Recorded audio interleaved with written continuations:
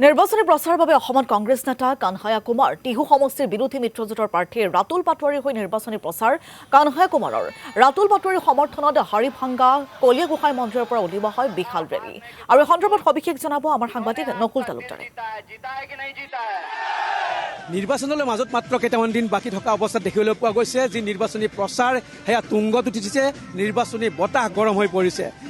কালি নলবাৰী চহৰত কংগ্ৰেছে চমক সৃষ্টি কৰাৰ পিছত আজি দেখিবলৈ পোৱা গৈছে টিহু সমষ্টিৰ যিগৰাকী বিৰোধী মিত্ৰজোঁটৰ প্ৰাৰ্থী ৰাতুল পাটোৱাৰীয়ে এক বিশাল ৰেলীৰে চমক সৃষ্টি কৰিবলৈ প্ৰয়াস কৰিছে।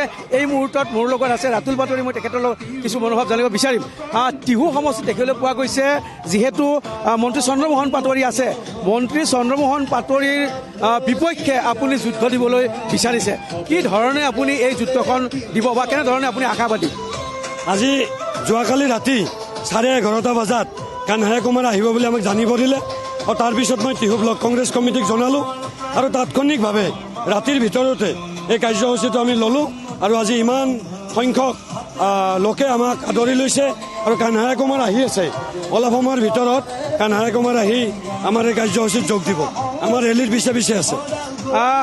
কানহায়া কুমাৰ আহি যি আপোনাৰ নিৰ্বাচনী প্ৰচাৰ চলাব সেয়া পিছৰ কথা, কিন্তু টিহু সমষ্টিৰ যিটো ভোটৰ পেটাৰ্ণ এইবাৰ যিহেতু নতুনকৈ কেইবাটাও ঠাই সংযোগ হৈছে, গতিকে কেনেধৰণে আপুনি আশাবাদী? এই ঠাই ভেদে সমস্যা বেলেগ বেলেগ, গতিকে মই এখন মোৰ প্ৰতিজ্ঞাপত্ৰ দিছোঁ, সেইখন আপোনালোকে পাইছে।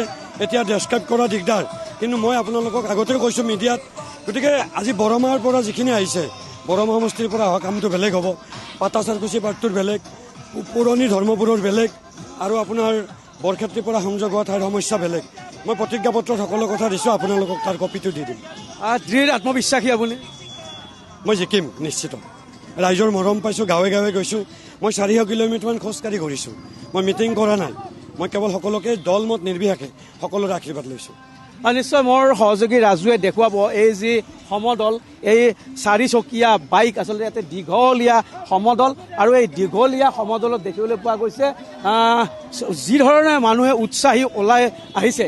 এনেকৈ উৎসাহ আচলতে কংগ্ৰেছৰ কাৰণে অত্যন্ত আশাৰ খবৰ বা কংগ্ৰেছৰ কাৰণে এক লক্ষণীয় খবৰ, কাৰণ কংগ্ৰেছৰ কাৰণে এইবাৰ যি ধৰণে মুকলিকৈ মানুহ ওলাই আহিছে বা যি ধৰণৰ তেওঁলোকৰ নিৰ্বাচনী প্ৰচাৰ, আমি যদি চাওঁ টিহুৰ আজি পৰিৱেশ বা বৰক্ষেত্ৰীৰ পৰিৱেশ বা নলবাৰীৰ পৰিৱেশ, সকলোতে কিন্তু কংগ্ৰেছৰ কিছু পৰিৱৰ্তন অহা বুলি এটা ক'ব পাৰি।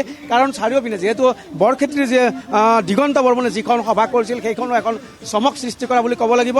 সমান্তৰালকৈ আজি টিহু সমষ্টিত ৰাতুল পাটোৱাৰীয়ে যি ধৰণৰ এই মুহূৰ্তত আপোনাক ধন্যবাদ জনাইছোঁ।